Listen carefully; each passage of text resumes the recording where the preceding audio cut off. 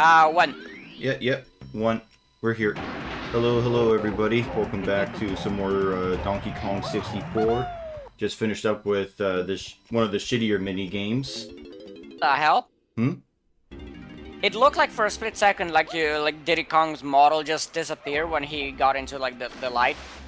It wouldn't surprise me if that was the case, but it was probably just the light was just so bright that it just sort of engulfed him. He was about to be raptured. Yeah. Just like the real Diddy in prison.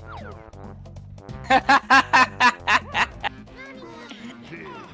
anyway, right now what we're going to be doing is just some cleanup work. Just going back to the first level. We'll do that one first, and then we'll do the second level. But just a bunch of cleanup stuff just to get all the golden bananas and shit, so we don't have to come back again. Nanners. Yeah, bananas. Gotta tally me bananas.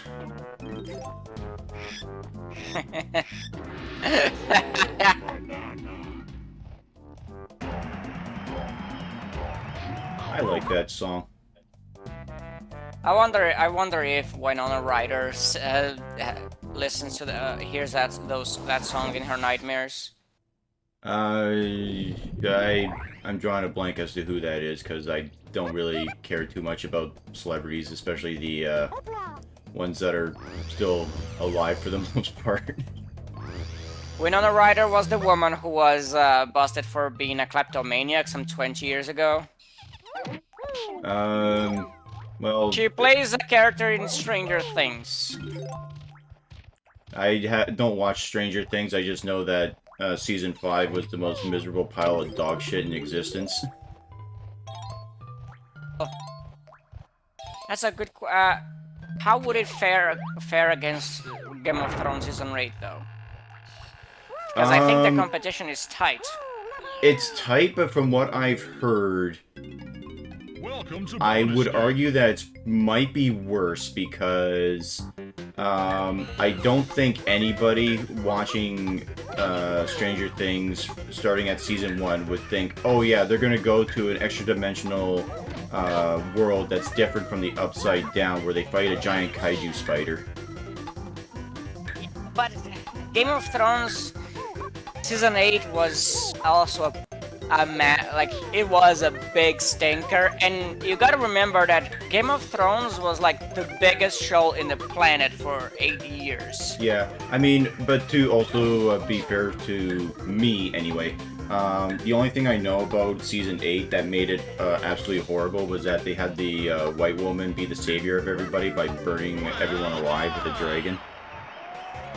That's basically all I know, and it's like, yeah, that sounds pretty fucking terrible.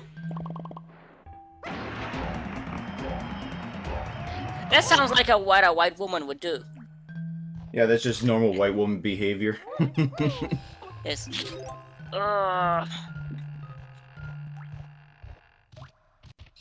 But yeah, it's like, but also you have to keep in mind that in Stranger Things, like, aside from like one of the characters, none of them have like powers or anything. They just have like guns at best. And it's like, yeah, we're gonna take on fucking Cthulhu over here. Yeah, and like I've heard of many of the inconsistencies of the story. Yeah, and like also a spoiler, they do win, but yeah, it's one of those things where that season was so absolutely rancid and dog shit that fans were like, oh no, they purposely made it shit, so that way there's going to be a secret 9th episode or 6th season to explain away why it's all bullshit. It's one of those things where it's just like, that is fans of like the BBC Sherlock were like first time. That is like the highest level of coping. And I remember it's called Conformity Gate. Yeah. Like, that's the whole thing about it, is that it's conformity gate because of the way that, basically how some of the memory shit worked in the show, because there were inconsistencies.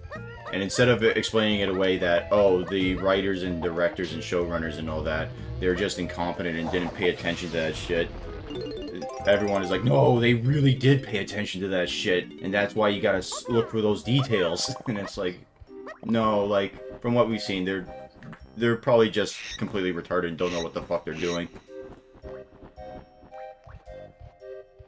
Especially since, like, the main showrunners, who were writing the entire season, they were basically dragging their feet the entire time and not writing anything, to the point where they had to, like, everyone else had to, like, figure out what was happening in the plot before it was written down. To make work in advance and then see what they could use. Yeah. Because that's how much of, like, that's how much of a bunch of hacks the Duffer Brothers were. But have you ever watched Alien Resurrection? That is the fourth one, right? Yeah, it's the weird one with the cloning. Yeah, where Joss Whedon got his start or something like that. I know that he originally wrote it, but I don't think I'm not sure how much of his final process ended up being on screen, you know? Yeah, anyway. Winona Ryder plays the robot in that game. That movie. Oh, piss off! Man, she has a good track record of being in shit. Yeah. She was in Beetlejuice, which is why I... Oh, was she the little... Well, not the little girl, but like the teenage goth girl? Yes. Oh, okay. Okay, well, at least she was in something good.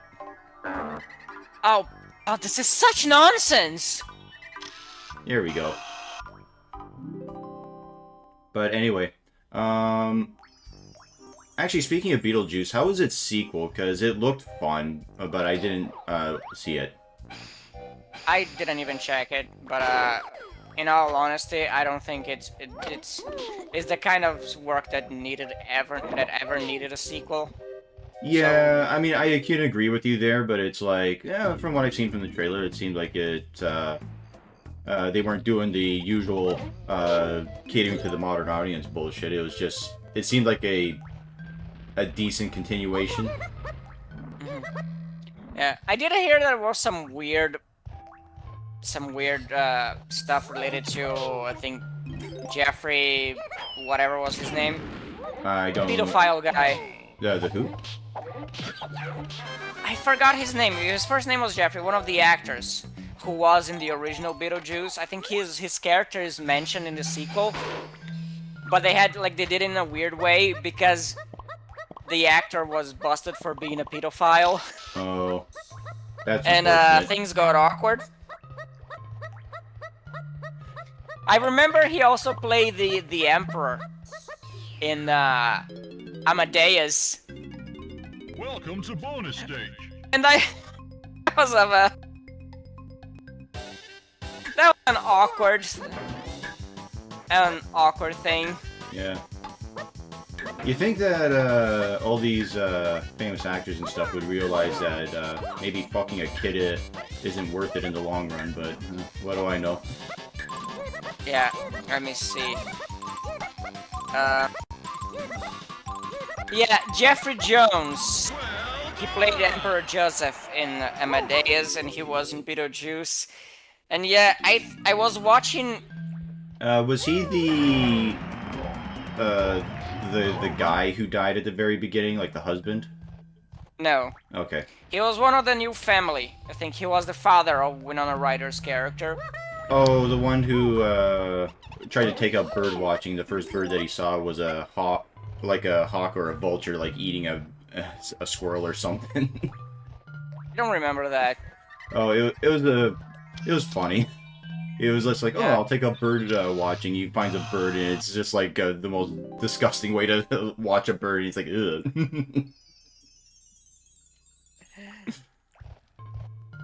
Yeah, but I mentioned the joke about I mentioned the thing about the Tally Me Banana joke. I mean, yeah. The comment I made before is because they sing that song in the movie. Yeah, that's the song that they play to like initially freak out the family that Beetlejuice has arrived, and then they play it at the end as like a victory thing.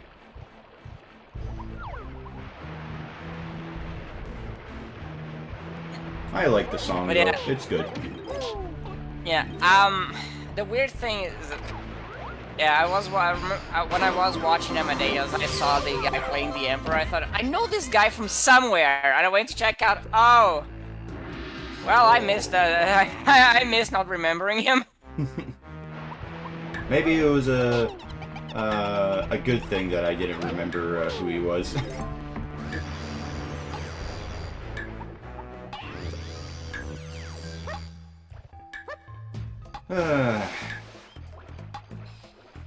Man, oh man, oh man. Just so tired.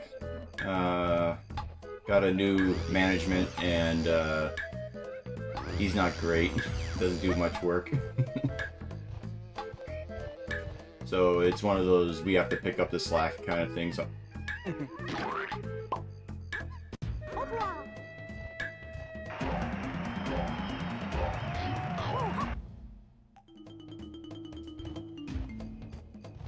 Yeah, we still have gotten none with a tiny Kong. Yeah, because I'm doing this in order. I'm playing the best Kong right now, and then I'll play the shittiest Kong, which is tiny, and then the second best one, which is chunky. Them's the rules.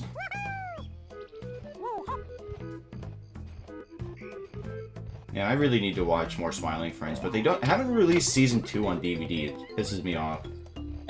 I heard recently like how they canceled the show because apparently the producers, like the animators, were just burned out. Really? Oh, that's unfortunate. Yeah. Because I know they did do a season 3, but yeah, I don't know. That's just unfortunate. Hopefully, Zach and his friend who helped co-create it, they go on to do bigger and better things then. It seems like it was very much a case of like we're burned out. We don't wanna keep pushing this until we turn into, like, I don't know, The Simpsons season 39.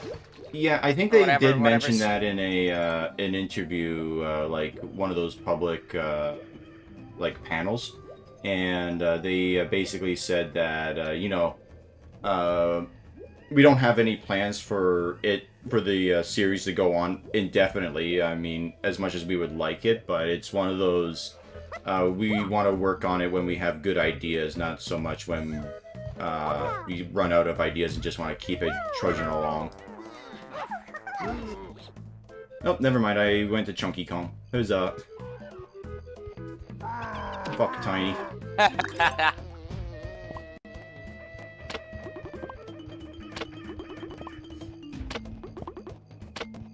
And Chunky, they definitely thought of this area for him last because we get a gold banana just by breaking this boulder. And then we break this, and we get into another area where there's a golden banana. So it's like, yeah, they just put 2 golden bananas technically like right next to each other. It's like, yeah, good job, guys, on that level design. I think it was a case of like a lot of people had different ideas about what Kong they wanted to make it, and none wanted to give up that idea. Well, I mean, to be fair, the Donkey Kong series, you're always playing as, like, multiple Kongs. So, I can see, like, the idea is like, oh, we gotta make this one bigger and better. So what's better than playing as 2 different Kongs at the same time? It's like, what about 5? Yeah, we had to skip like 3 and 4.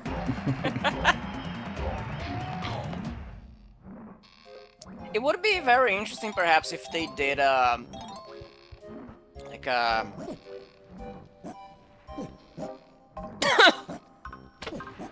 if they...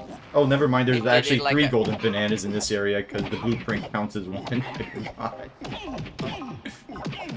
would be funny if they did, if what they did was, like bring back all the Kongs from the previous games, you know? Well, they kind of did with Diddy, but yeah. Yeah.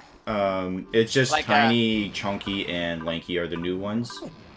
And even then, So, Chunky and Tiny are like related to Dixie and Kitty. So they're kind of like different versions of those characters.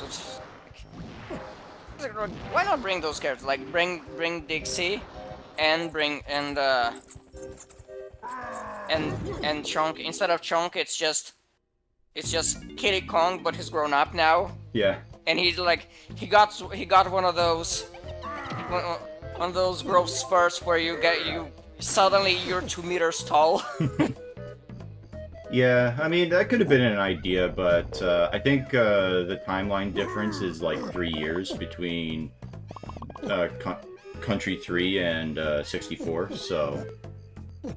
and I think Kitty is a baby, but... yeah. So he would have Still, been like like, 1. Still, like, we had a character die, but we couldn't have Kitty Kong like just be like a super baby. Yeah. I mean, BioShock got away with it. Oh yeah, with the twist ending. Yeah, it took me a second to realize it. Like, wait, Yeah. I don't remember that in Infinite. Yeah. Spoilers, by the way. Yeah, spoilers for a 20-year-old game that you should have Well- played by now.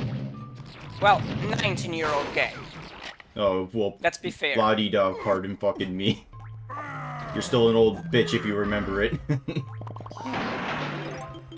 Which reminds me that next year, Final Fantasy VII is gonna be 30 years old. You feeling old yet, Mr. Krabs? A bunch, yeah. But Let me tell you about my bladder problems. yeah, you definitely have bladder problems going to every like 10 minutes when we're doing recordings and shit. Oh, you big crybaby! How many times has it been in a recording? Well, recently you did it, and in one of our when we were doing the Resident Evil 4 remake recording stuff, you went to the bathroom in the middle of it and left me hanging to dry, and then you fell asleep in another one. Yeah, but falling asleep is not the same thing as going to the bathroom. So What get if you your pissed yourself facts while straight. you were sleeping, huh? You fat fuck.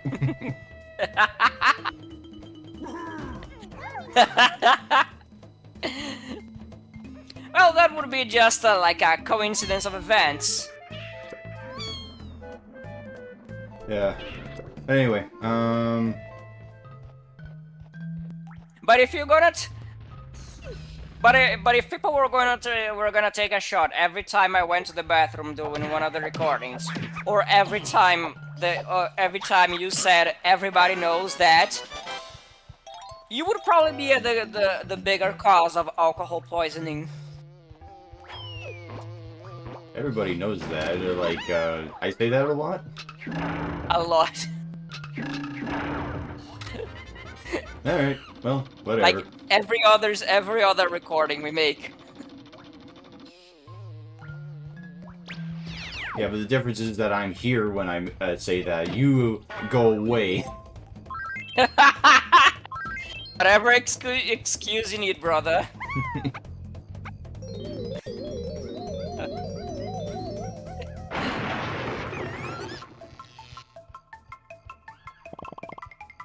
Alrighty then.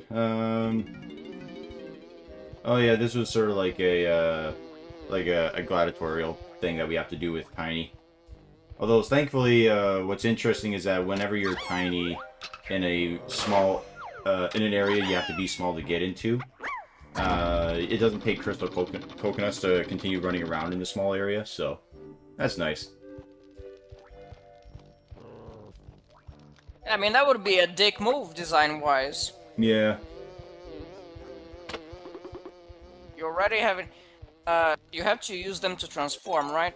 Yeah, basically whenever you get into a barrel, it requires crystal coconuts, and if you use the super power-up by pressing and holding B, that requires one as well. Yeah, but it was if having crystal coconuts was like a time limit for being in the shrunken state, that would be a big like a massive dick move. Yeah, especially From the right if you designers. run out, you just instantly die or whatever, and then you have to run around trying to collect more crystal coconuts just to survive. Wasn't there like yeah, there was a thing like the game, I think it was called Shinobi for the PS2, Okay. which is was one of those games notorious for being like one of the hardest games ever made. Yeah, And because I remember again- the games on the Master Drive. I think it was the one before the Genesis. No, no. It was a game. I might be mistaken on the name, but I think it was called Shinobi. It was one for the PS2, and the gimmick of the game is that you had a sword who constantly sapped your life, like who constantly drained your HP, and to get like as a ticking clock, or every time you struck something. so as a ticking clock, it was constantly depleting your HP. So to stay alive, you had to kill enemies. I mean, it's not a horrible mechanic, like especially if it's like set right from the get-go. They explain that, but I can see why that makes it hard.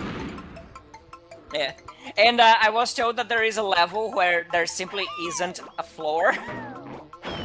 Oh, so you have to constantly like run on the walls. Yeah, that kind of thing. I mean, that sounds like a fun game, but yeah, I can see why people would say, "Oh, it's like the hardest thing ever." Yeah. Yeah, But I I guess it's imagine kind that of if- like with the Ninja Gaiden games. Yeah. I imagine if the game is not very well designed, the gimmick would wear out pretty fast, and it would not be and it would make it like the difficulty more obnoxious. Mm-hmm. But yeah. I Also, wonder if these. I Sorry. wonder if speedruns of that game are interesting to watch, though. Probably because unless they figured out ways to like sequence break the game to beat it faster, then I would imagine it would rely very heavily on perfect input timing.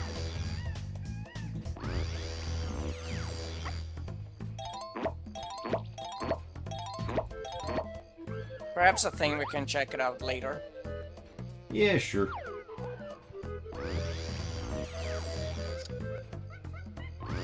And that's all that warp pad is for, just to get some coins for Tiny.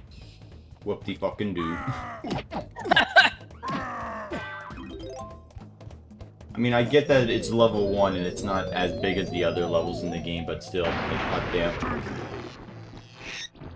Yeah, Chunky, we get super big, yeah! This is why he's fucking great, I love him.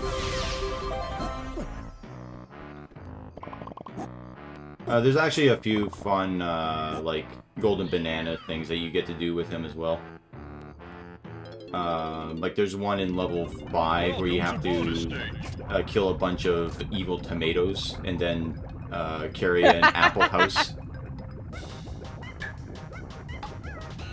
Oh, this is actually a pretty good mini-game. Basically, the idea behind it is that we have to avoid getting hit by the TNT minecart there. But the way that it's programmed is that it will always try and get on the same track level as you are, so you have to like figure out the best path to avoid it. Obviously, since it's only one, it's really easy to do, but later on you have to dodge like 3 of them. So that's an example of a good mini-game.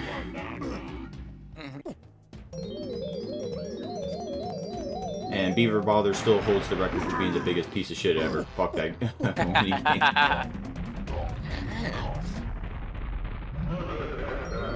What the hell is that? Basically, to make it so that you can't be big throughout this level. There's just sort of areas where it will just hard block you and say nope and cause you to transform back. Kind of like in the original Banjo-Kazooie. I didn't show it. I think I did show it off, but if you played as one of Mumbo's transformations and went too far out of bounds, then you would transform back into Banjo. You mean too far from the level, the original level? Yeah. Because out of bounds would imply glitching out of the map. Yeah, well, I think people would have picked up on the context as to what I was getting at. I have some faith in my audience. Oh, so now you're putting the blame on me. Yep, it's all your fault. You're trying to shift the audience against me. You traitorous bastard. Go on, get him, audience. Talk about how Goka looks like a monkey. That's racist. Okay? We were all chimpanzees at one point.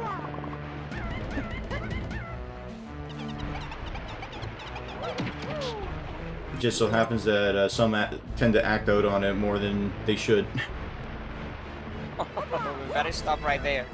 Hey, I didn't say it was black people. There are plenty of white people that act like complete degenerates You in don't society. need to get... That's why I told you to stop right there! Hey, you're the one who was insinuating shit. Let's stop right here before we regret our choices, okay? Fine, Mr. Coward.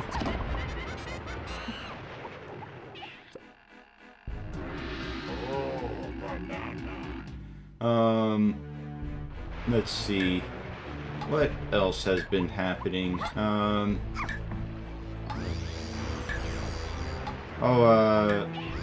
thought of a way to sort of help out with my writing, because the thing that is kind of causing a bit of a block for me is trying to keep track of all the timeline of events, so to speak.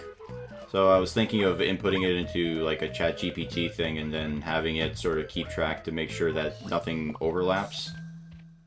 You think that's a good idea? You're talking about the writing on your system? Yeah. Okay. So that does sound like a good way of organizing the work. Yeah. Yeah. Okay. I don't know. It's just one of those things where I do believe that people are a little bit too overly angry about AI. So it's just one of those. I have to kind of always think to myself like, is it, or is this a good use of it? I mean, it is definitely a good tool for organization. Yeah. Like keep track of your progress in a project or stuff like that. Yeah, at the very least I found out which Cthulhu Mythos gods are considered public domain and which ones aren't. Because that was one of the tricky details that I had issues with, so I asked ChatGPT, being like, hey, which ones are okay to use and which ones are like, I'll get slapped for.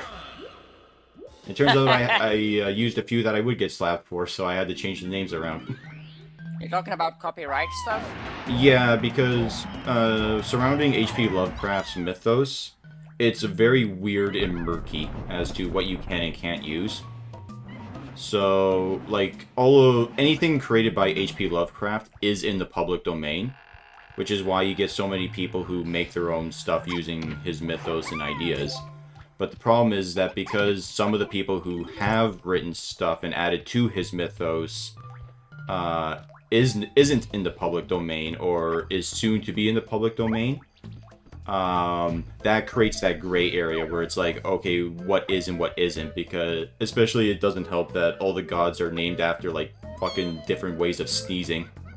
So it's like, okay, which god is which?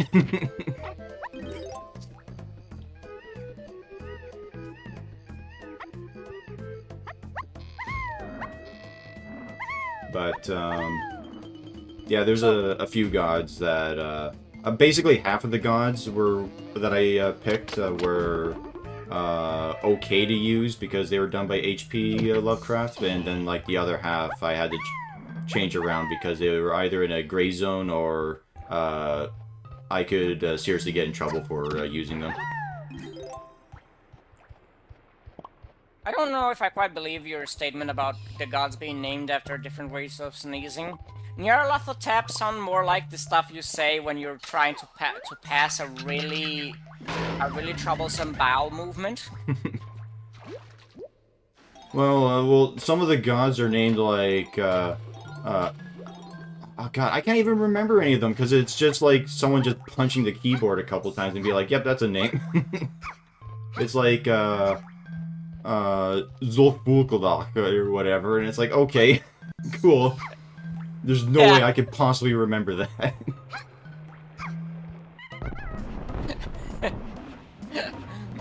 I made that sound when I had too much to drink. Yeah.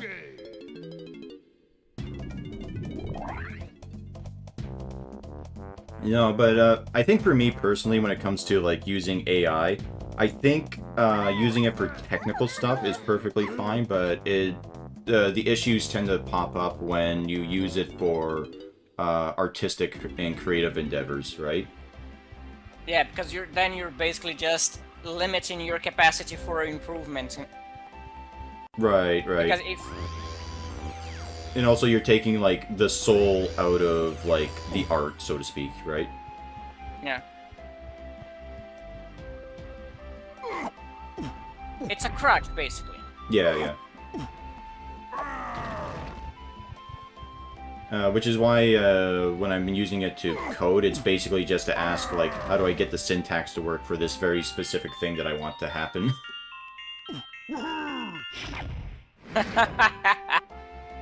God damn it, I wasn't exactly on the pad. I find it hilarious how wild they want to make playing a triangle be. Hey, Chunky Kong knows how to play the triangle like a boss.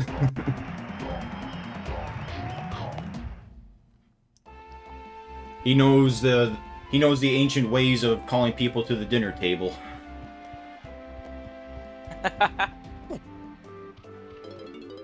But that'll be all for today's video. I hope you guys enjoyed, and we'll see you all next time. Have a nice night. Ciao, ciao.